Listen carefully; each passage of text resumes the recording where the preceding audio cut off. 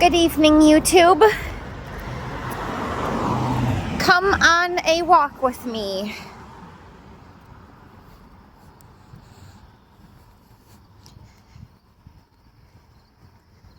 So,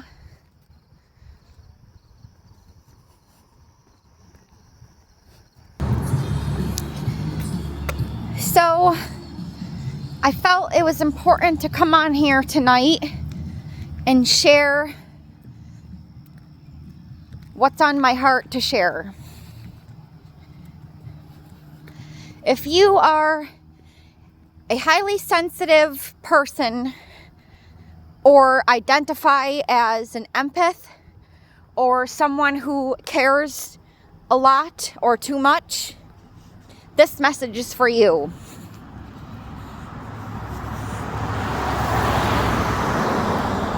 You need to be mindful that not everyone thinks like you. In fact, most people don't. There are many people walking this earth who are very carnal and selfish. The bitterness of the world has seeped into their hearts, and they simply just don't care for you or love you the way you love them. And I know a lot of you may not want to hear this, or many of you are in denial and tell yourself, well, they were with me at my hardest times, or they have a lot of good traits, so I don't think that person is all evil. Do not be deceived. A lot of them literally are evil. Even when they can be charming, sweet, even when they're there for you at your worst times, do not be consumed by nostalgia. They may have traits or parts of their soul that are very genuine and kind. And maybe in the past they were really there for you. But you have to pay attention to what they are showing up and showing you every day. Who are they showing up as every day? Is it the kind person that you have learned to love and fell in love with? Or are they slowly showing you who they really are every day, and you're just in denial because they buy you nice gifts or nice dinners or nice worldly fun of this world?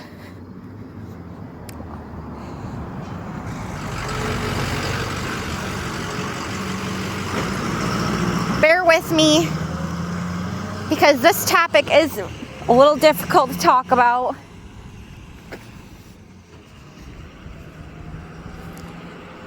It's one of those days for me where it's just a really hard day. I'm also not really showing completely everything on my walk because I guess I'm a little nervous. I don't want to totally expose where I am.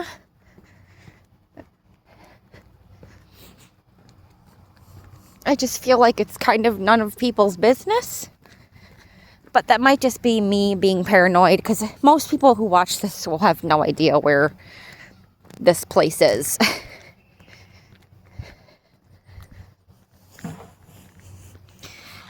It's a beautiful night, and I had to push myself to get out today because I was literally just like crying in bed all day because I have been grieving walking away from a relationship that I invested in many years of my life because I thought this man was meant to be my husband. And it's like I've still been battling with thoughts that Maybe he will come back. Maybe God will change him and heal his heart. And maybe he will finally become the man that I need him to be. Nope. That's not going to happen. He chose his ways. He has chose to not change. At least not for me. You know, and it kind of sucks to realize that you're the girl that he got one over on, and everything he learned from you will help him be a better man for the next woman, but not for you, even when you invested a lot of time in him. I'm not going to be bitter or angry or sad, because you know what? It goes both ways. He invested a lot of time into me as well. A lot of love into me as well, and I wasn't perfect either, so I'm sure he's feeling some type of way as well, like that I stole a bunch of his years the way he stole a bunch of mine. So it is what it is, but it sucks. But I wanted to post this because it's like, sometimes we just are so attached to someone or so bonded with someone, trauma bonded with someone, that you will literally go your whole life, or 10 plus years, 20 plus years, trying to make things work with them when it's literally not meant to work out.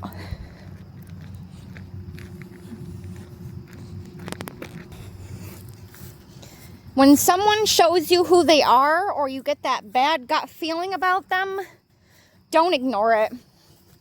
Even if you really think that that person is the love of your life, you are doing yourself a huge disservice if you ignore that warning, that bad gut feeling,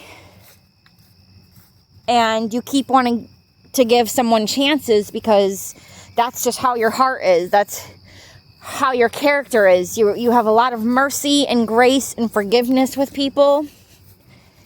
And it's like, you think the more kind and patient you are with them, the more communicative and expressive, and even when you're intelligently communicating with them in a kind manner, in a thoughtful manner, in a manner that considers their feelings even more than your own sometimes, you think, just maybe things will work out. Maybe this person will be the love of my life that I need them to be. Maybe this person will turn to God the way I need them to. And unfortunately, I'm here to tell you that you're not going to be able to change someone like that. They have to want to change. And you can go blue in the face explaining to people, or this person, I should say, how much you care about them and love them, and how their actions are impacting you in a negative way, and even impacting themselves in a negative way. You may try everything in your power to just be a peaceful and kind presence for that person, because you think that's what they need, right?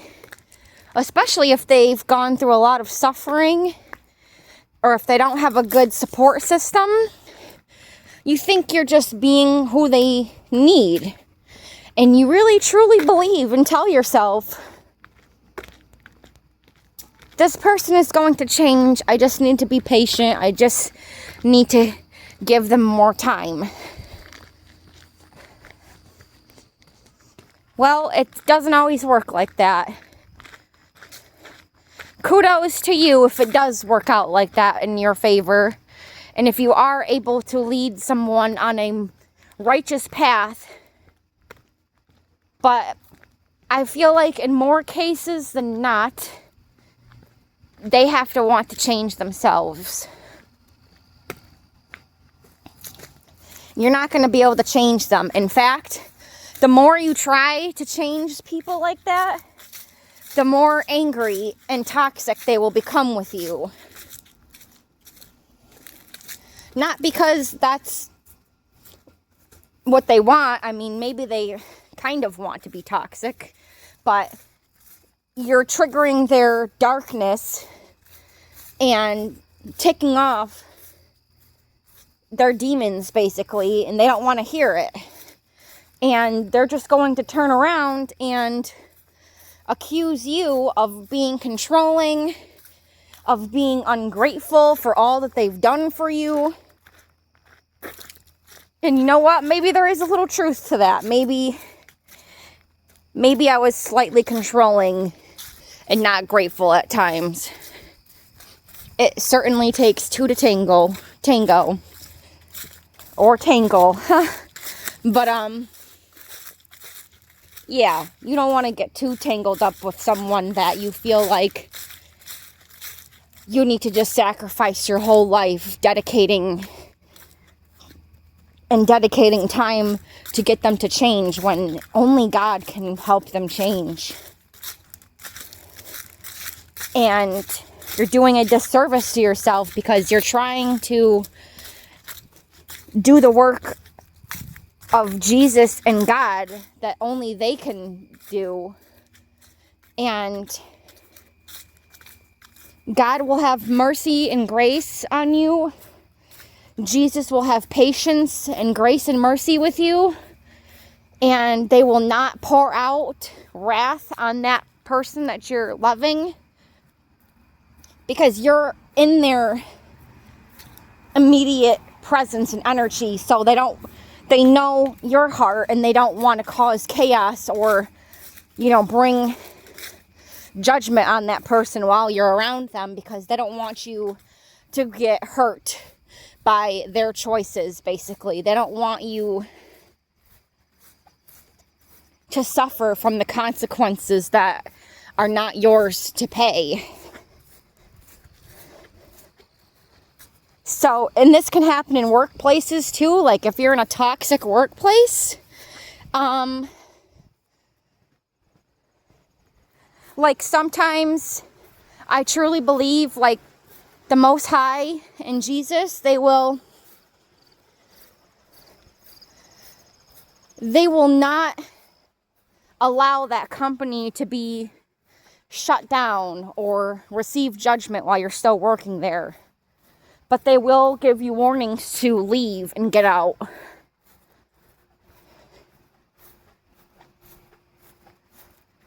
You're going to start feeling really uncomfortable in certain environments or around certain people that you're not supposed to be around. And you can just keep making excuses and keep trying to change the toxic environment, keep trying to change the unrepentant person, and you're just going to cause yourself more pain.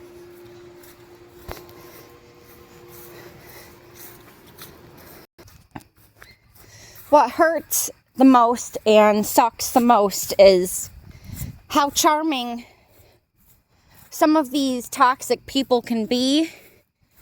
They're so charming, so alluring, so captivating, so cute, and it's like your flesh is at war with your spirit, because your spirit knows something is off about that person in that situation that you're in, but your flesh is in denial constantly. Your flesh keeps telling you to believe the best in that person when they've just shown you time and time again that they can't be trusted, or they're just moving shady, or participating in sleazy actions.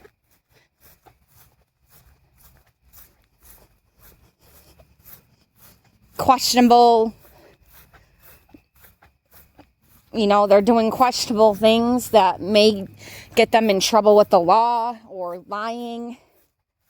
And it's like their character just starts showing to you, but you just have so much love and mercy and grace for them that you just keep putting up with it because you just hope that they can learn and grow and change.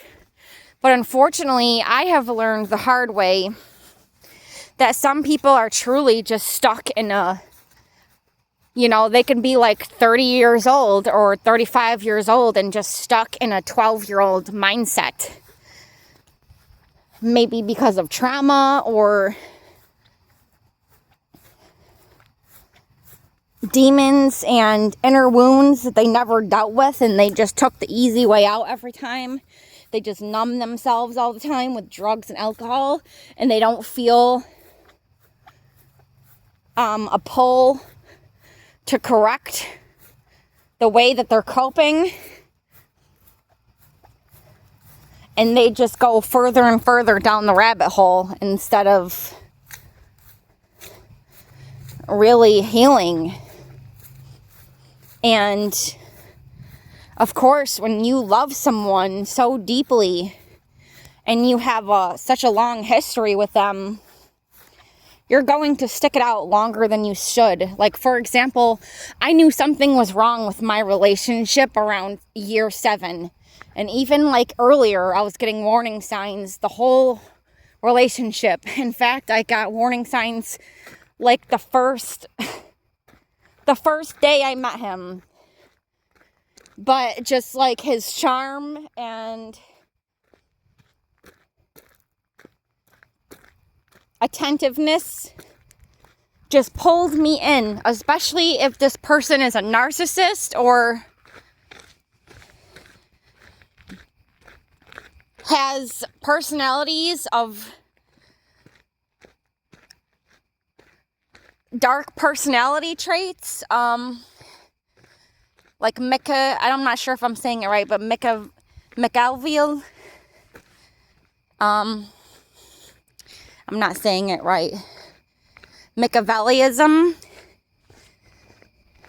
psychopathy. For some weird reason, I don't know what it is, but these people have a hold on narcissists or people with big hearts and high sensitivity. It's like there's just a sick trauma bond that is really insidious and difficult to break between the highly sensitive person, and a narcissist or someone on the dark spectrum personality traits or disorders.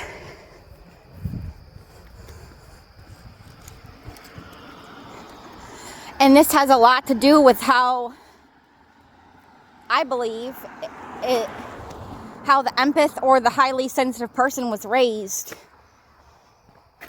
They were raised to put everyone's feelings before themselves, to take care of everyone else before themselves. So these people with dark personalities, with evil personalities and evil tendencies, with a lack of remorse, a lack of empathy,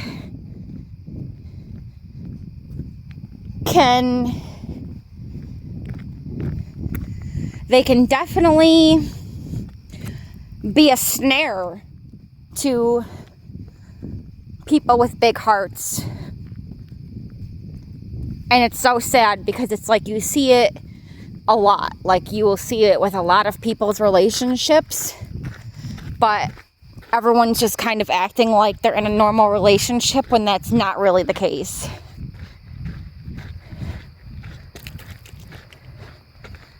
And sometimes they're so, these people with dark personalities can be so charming that they fool everyone else around them And everyone around in the friend group thinks that they're genuinely good people.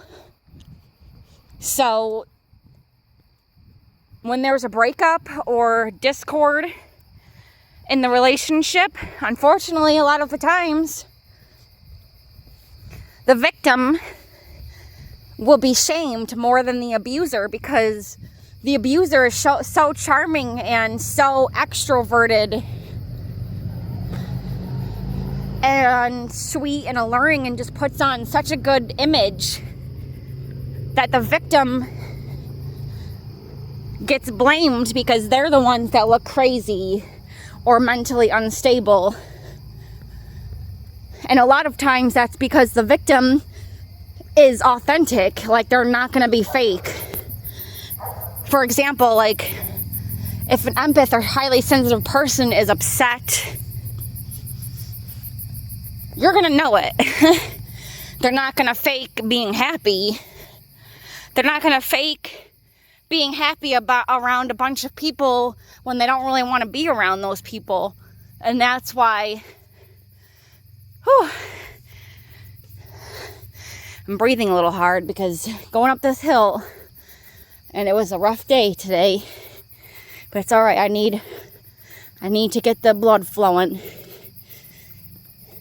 But yeah, it's such a vicious cycle that even the empath or highly sensitive person, the one with the more pure heart, gets blamed and shamed so much that they start even thinking that they're the bad person.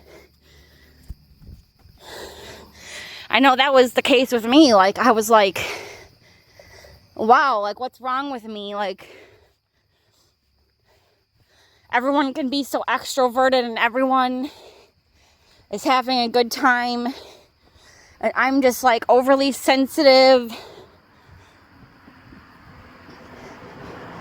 You know, I'm just like the outcast.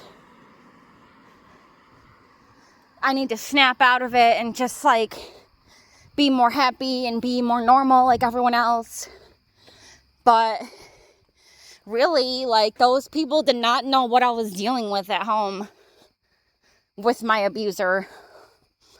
And he wasn't really physically abusive besides like maybe a couple times. It was more emotional abuse, like just making me feel like I was overreacting all the time, basically. And it was like every time I came to him with my emotions or like wanting to hash out conflict between us, emotional conflict, he just like totally dominated and made it seem like I'm out of line. And it got to the point where it was just exhausting.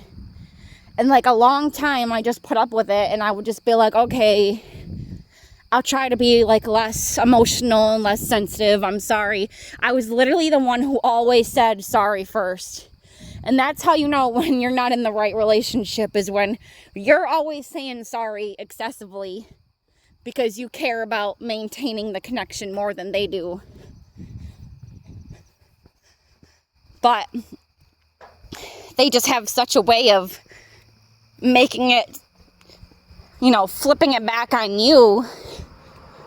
And with the way you were raised to put everyone else's feelings before yourself, you're going to believe it, because you're going to be like, okay, yeah, like dang, like, yeah, I am kind of being a little crazy right now because this man loves me and like he makes dinners for me and does all these nice things for me, and he's been with me for so many years. Like, I'm just being insecure right now.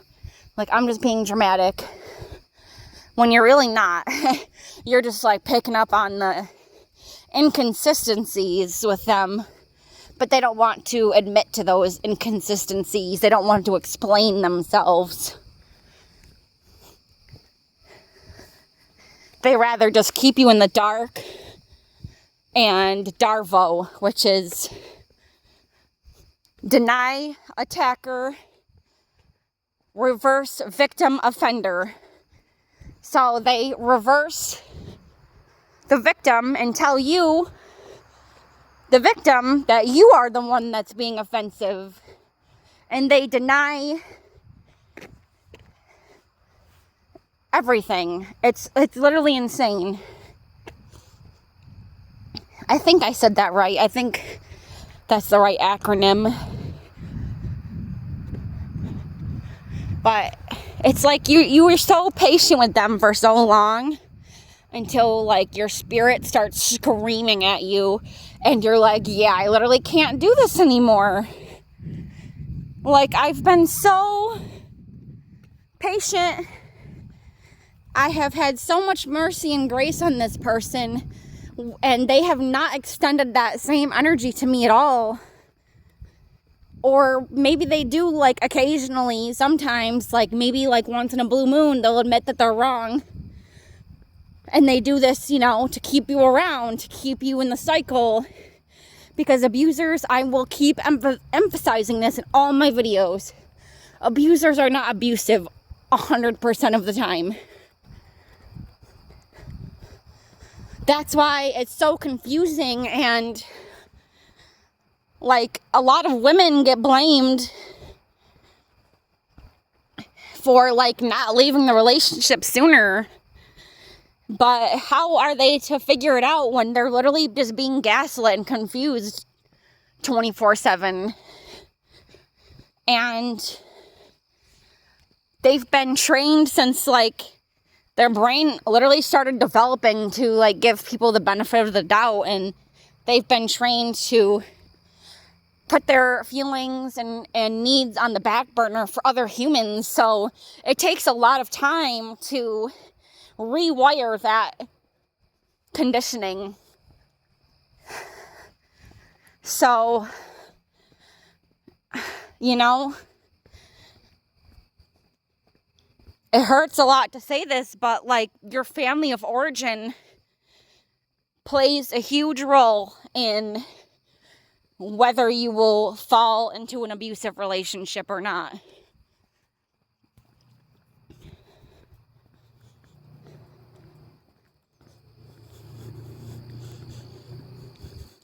And when you start to heal, when you finally start to heal, you're going to feel so much anger, so much rage, so much sadness, especially if you have been numbing that sadness, that anger, that pain, those emotions with substances or, you know, drugs, alcohol, food, whatever. You know, being addicted to social media, whatever your poison is.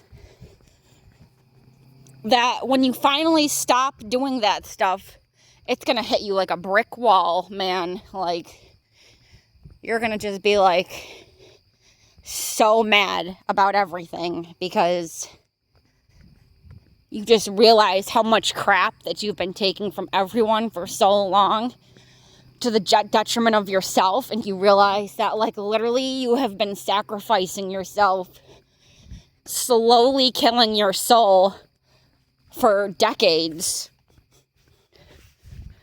because that's how you were conditioned to be. And so you just get really angry, and then you're going to be hard on yourself because you're angry and you feel like you should be like peaceful because like you're talking to the Lord.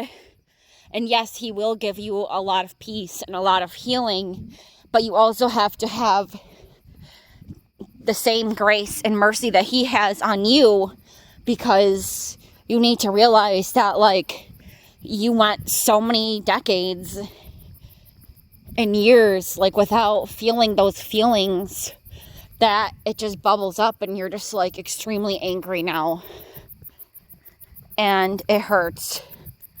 It hurts so bad when you're going through it. But there is a light at the end of the tunnel. And if you can get through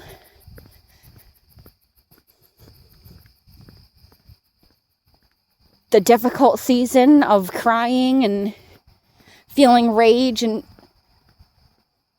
healing from a breakup or a bad, traumatic, and toxic work environment, you will come out so much stronger. There is light at the end of the tunnel, even when it doesn't seem like it. Thank you for listening, and I pray that I was able to help someone. Have a great rest of your night.